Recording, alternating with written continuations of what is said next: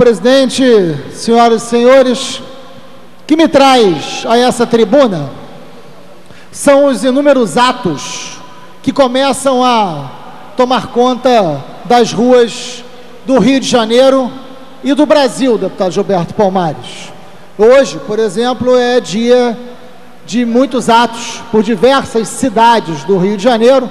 O foco principal é a crítica à política de transporte em boa parte das cidades brasileiras. Não é diferente aqui no Rio de Janeiro. Senhor presidente, nós poderíamos questionar o seguinte, deputada Janira, deputado Conte Bittencourt, o aumento dado agora é um aumento de 20 centavos. E aí você pode, de forma distraída, pensar assim, mas então, por causa de 20 centavos, a juventude está toda indo para a rua? Não seria pouco? Não, não é pouco. Porque, na verdade, primeiro que o UOL lançou agora uma reportagem muito interessante, dizendo que em São Paulo, uma parte grande dos moradores de baixa renda, muitos deles, inclusive, que acabam dormindo na rua e são moradores de rua porque não conseguem voltar para casa todos os dias, vão ter que alternar alimentações, vão trocar a passagem por alimento. Sou eu que estou dizendo, nem o pessoal não, está no UOL, numa reportagem de ontem, vai trocar passagem por comida, por causa de 20 centavos. Então 20 centavos, que para alguns não é nada, para outros tem grande significado. Mas mais do que isso, tem um acúmulo. Quantas vezes nós aqui debatemos a pouca vergonha das barcas, administradas pela CCR? Quantas vezes tivemos aqui inúmeros protestos contra os privilégios dados à empreiteira CCR, que administra as barcas? Quantas vezes debatemos o problema do metrô, que é o mais caro do Brasil e um dos piores serviços prestados? Quantas vezes debatemos o equívoco da opção do traçado da linha 4 no metrô? Quantas vezes? Foi tema, deputado, foi tema de audiência pública da Comissão de Direitos Humanos, até porque a Comissão de Transporte dessa casa funciona muito mal, mas a Comissão de Direitos Humanos fez uma audiência pública sobre os trens da Supervia, porque houve chicotada no trem. Todo mundo lembra disso. Então há um acúmulo de insatisfação. Nós tivemos o bonde de Santa Teresa, que até hoje não voltou a operar. Então, há um conjunto de acúmulos de insatisfação no que diz respeito à política de transporte, que agora brota nas ruas com esse aumento da tarifa de ônibus. Eu estou fazendo um levantamento, deputado Paulo Ramos, para saber, nos últimos anos, quanto nós tivemos de inflação e quanto a passagem de ônibus aumentou, para quanto ela poderia ir e deveria ir. Mas é importante que esse debate seja aprofundado aqui no parlamento e que a gente acompanhe o que está acontecendo pelas ruas do Rio de Janeiro, porque não adianta tentar desfocar e dizer se o debate fundamental é ou não é de vandalismo. O debate fundamental é da política de transporte. Se tem dano ao patrimônio, evidente que não concordamos, não é isso que caracteriza ou que leva a maioria esmagadora desses jovens para a rua. A maioria esmagadora desses jovens está indo para a rua por um motivo justo, por um motivo correto, e cá entre nós, é muito melhor estar indo para a rua protestar do que estar se reunindo com o presidente da República para pegar dinheiro para a Uni. Eu prefiro o jovem que vai para a rua protestar do que aquele que vai se reunir com a autoridade para pedir favor. Eu prefiro a juventude não acomodada, eu prefiro a juventude não burocratizada, eu prefiro a juventude que está na rua. Ninguém concorda com dano ao patrimônio. Agora, a maioria esmagadora não está lá para isso. E não adianta querer fazer desse o debate central, porque não é. O debate central é da política de transporte. 70%, deputada Janira, 70% dos moradores do Rio de Janeiro utilizam ônibus para se locomover. Isso é um atraso. Qual é o lugar do mundo que ônibus é transporte de massa? Não é.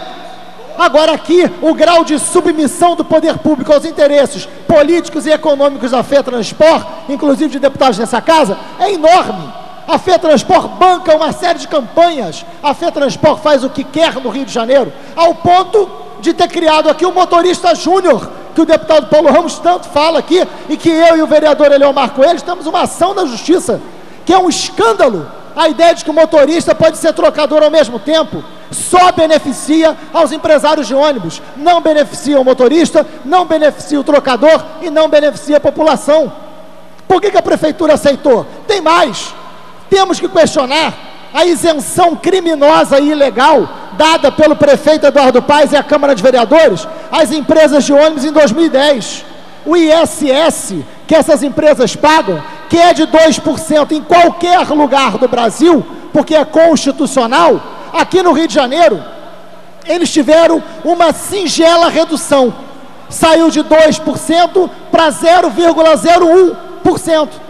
É como se não pagar. Para não dizer que não paga ISS, a Câmara de Vereadores disse que o imposto vai ser de 0,01%. E isso fez com que os cofres públicos deixassem de receber 33 milhões de reais. Talvez, senhor prefeito, com esse dinheiro não fosse preciso fazer o aumento da passagem e a juventude podia, nesse momento, não estar na rua por essa razão. Talvez por outra, mas por essa, não. Então, os benefícios dados a essas empresas, muitas vezes, paralela à lei, é muito forte. Não adianta agora tentar criminalizar os movimentos sociais e fazer desse o principal debate, como se nós não tivéssemos problemas reais no transporte público do Rio de Janeiro, e que se o motivo de estar na rua lutando por isso não fosse honesto, não fosse correto. Claro que é. Tem mais, nós temos aqui uma cidade que tem a sua natureza autoritária, porque hoje esse modelo de cidade-negócio tem nas principais empreiteiras a gestão da cidade. É simples olhar. Fiz um levantamento rápido, senhores deputados, deputado Domingos Brazão. A CCR administra a Barca, a Ponte Rio-Niterói, a Via Dutra e a Via Lagos. A Delta, quando fala Delta aqui, a base do governo sai correndo, tem alergia, né? Quando fala na Delta, a gente pode lembrar da Transcarioca, do Parque Madureira, do Morar Carioca e do Tribunal de Justiça do Rio de Janeiro, só para não deixar os nossos irmãos aqui do lado em paz, né? Por muito tempo. Está aqui, a OAS administra e construiu o Engenhão, Maracanã, metrô e linha amarela. A Odebrecht, essa é campeã, né? Engenhão, Maracanã, que ela administra, não só fez a reforma, Porto Maravilha, Supervia, Teleférico do Alemão e Túnel da Grota Funda. Os envolvimentos econômicos são profundos e são caros. Os meios de transporte, boa parte deles hoje tem a gestão das empreiteiras. Esse modelo de cidade é um modelo que não tem cidadania plena. Essa juventude está completamente sem canal de participação direto e de construção da cidadania permanente da cidade. É disso que a gente está falando. As relações Estado-sociedade são amplamente autoritárias. Então, nesse momento, a gente começa a entender melhor os certos gritos que começam a brotar dos asfaltos de tantas e tantas cidades, porque o modelo de cidade-negócio é um modelo autoritário, porque atende aos interesses do capital privado sobre o interesse público. É disso que a gente está falando. Agora, acho estranho o ministro da Justiça, que é do partido de Vossa Excelência, dizer que vai mandar a Polícia Federal investigar os movimentos. Eu acho ótimo, pode fazer, mas que tal investigar também as empresas de ônibus? Porque o tribunal, já que tem pouca coisa para a Polícia Federal investigar, que tal a Polícia Federal investigar a máfia de empresas de ônibus do Rio de Janeiro? Porque quem diz que é máfia é o Tribunal de Contas do município, não sou eu não.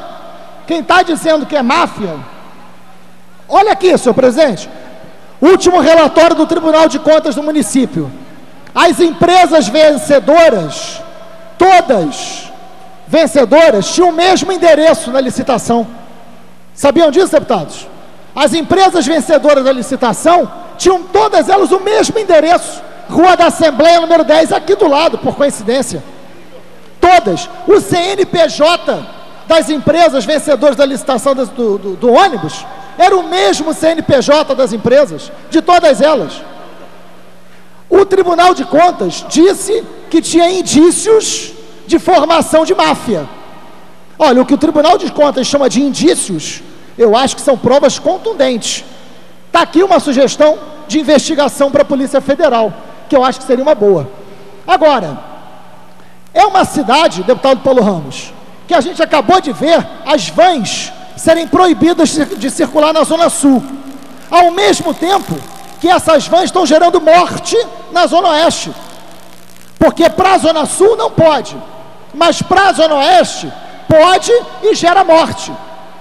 Então, é uma cidade cada vez mais desigual, é uma cidade que está convivendo com um modelo e uma concepção urbana autoritária, privatista, elitista, e isso se reflete nos modelos de transporte. Agora, nós temos propostas, porque não há sequer sincronia entre os transportes, não há articulação. O bilhete único não pode ser utilizado em vários modais. Você não consegue utilizar metrô e ônibus. O bilhete único vale só por 2 horas. Então tem uma série de equívocos. Que tal fazer um bom debate público sobre os avanços do transporte? E por fim, presidente, para não estourar em demasia meu tempo, e por fim, dizer que em São Paulo, onde o movimento, inclusive, se tornou muito grande, e o movimento é maior, inclusive, do que a sua organização, em São Paulo, o Ministério Público de São Paulo tomou uma medida interessante. O Ministério Público de São Paulo tinha determinado a suspensão das manifestações por 40 ou 45 dias. E aí, alguns movimentos sociais fizeram a seguinte proposta: não, suspende o aumento por esse tempo e abre uma rodada de negociação, de debate. E o Ministério Público aceitou. O Ministério Público se colocou como mediador interessante nesse momento. Tomara, e vou provocar o Ministério Público nesse sentido, talvez a Defensoria Pública, está aqui o Henrique, meu amigo, que coordena o Núcleo de Direitos Humanos da Defensoria Pública, talvez a Defensoria Pública, junto com o Ministério Público, pudessem nesse momento provocar uma mediação. Que tal? Propondo o não aumento da passagem, nesse momento, a suspensão e uma abertura de negociação mais profunda, discutindo a política de transporte da cidade. Vale a pena, porque a tendência desses atos, eu posso estar errado, mas a tendência é o crescimento, porque o nível de insatisfação é muito grande. Isso acontece em vários lugares. É claro que na Turquia a imprensa chama de ativista, aqui chama de vândalo. É assim mesmo, é assim mesmo. Só que não adianta, porque isso não vai colar. Nós sabemos que podemos ter problema de todos os lados, inclusive a polícia vem usando de violência desproporcional. Isso foi visto, isso tem que ter tomado cuidado. Não dá para a gente achar que é normal o modelo FIFA de funcionamento da nossa polícia militar, já treinando para a repressão possível durante a Copa do Mundo. A violência utilizada nas ruas foi desproporcional, independente de haver ou não haver provocação. O que vimos foi armamento não letal, é armamento perigoso, porque ele pode ser letal sim, dependendo da maneira que ele for utilizado. Armamento não letal não pode ser banalizado. O armamento não letal é para permitir uma ação da polícia não violenta. Não é o que a gente está assistindo, e esse é um debate também que a gente tem que fazer aqui. Agora, senhor presidente, nós queremos uma juventude ativa, e isso já significou muito para a história do Brasil. Os grandes avanços desse país ocorreram com luta, com organização, com mobilização, foram conquistas. Então não podemos achar ruim a população estar indo para a rua reivindicar. Isso é bom, por mais que a gente possa, evidentemente, não concordar com uma coisa ou outra, não é o mais importante. É importante a população estar na rua nesse momento, e o eixo do debate é o modelo de cidade que a gente está tendo, e mais do que isso, é a política de transporte, que hoje atende aos interesses privados, não atende ao interesse público, e isso precisa ser revertido. E é o poder público que tem essa responsabilidade de colocar o interesse público acima dos interesses privados, acima das empreiteiras, acima da FETransport. Agora é uma hora decisiva. Quem governa para a FETransport não governa para a população. Quem diz que governa para todo mundo, mente para alguém. Obrigado, presidente.